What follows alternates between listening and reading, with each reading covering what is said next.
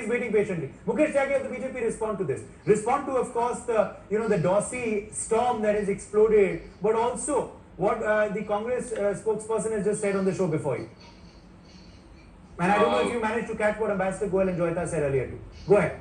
Uday, in a democracy of 143 crores and different splinter groups working on, you have already come across how many people are trying to play the balkanizing element to disintegrate this country.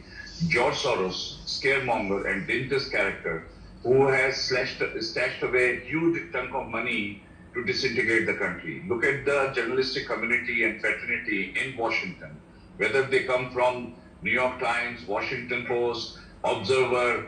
These are the left-driven writers, and one of them had also written Divider-in-Chief Mr. Modi on the cover magazine. I think it was Times magazine.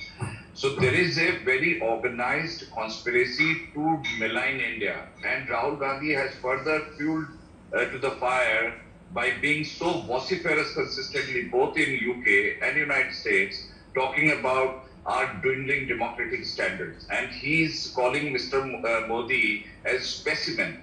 The kind of language he has used in the foreign soil, a lot of congressmen take this argument that it's an internet group. No, but you're connecting the comments made by Rahul abroad as to fueling Dorsey to speak up as well? I'm connecting the dots because he has got no affair left in Twitter.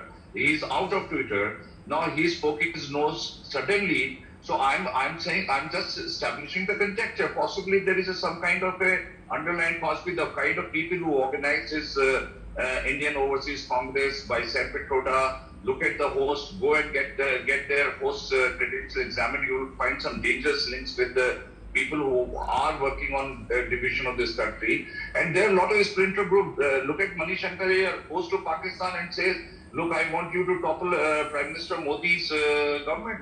So these kind of narratives have been coming, and Twitter had suspended even Donald Trump's account.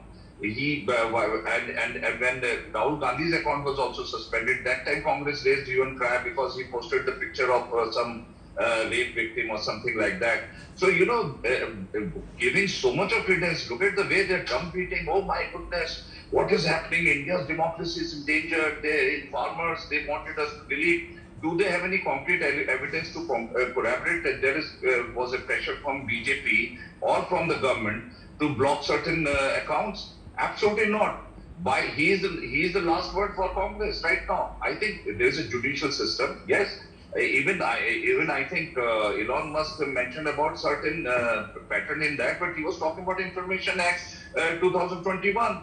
There have been certain provisions which he has been reacting to it, but these guys are twisting and distorting the entire argument to their advantage, because this looks to be a completely very high degree of collusion between the opposition and the liberal journalistic community, including a lot of people, George Soros, even so it needs a deeper investigation. It can't be just simple by him saying, look at the way the toolkit was created by Greta Thunberg. What was she had never seen what the farmers all about. Rihanna's toolkit.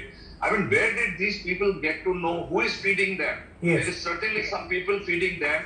There is maybe Pakistanis who are involved into this, and I am trying to build some correlation between Pakistanis present there. Look at the way Khalistanis have suddenly triggered their agitation against India in Canada. So there is a complete global conspiracy there, and one has to not just take it on the face value. It is much deeper than what it is being seen. Aarti Singh Gadia, please respond.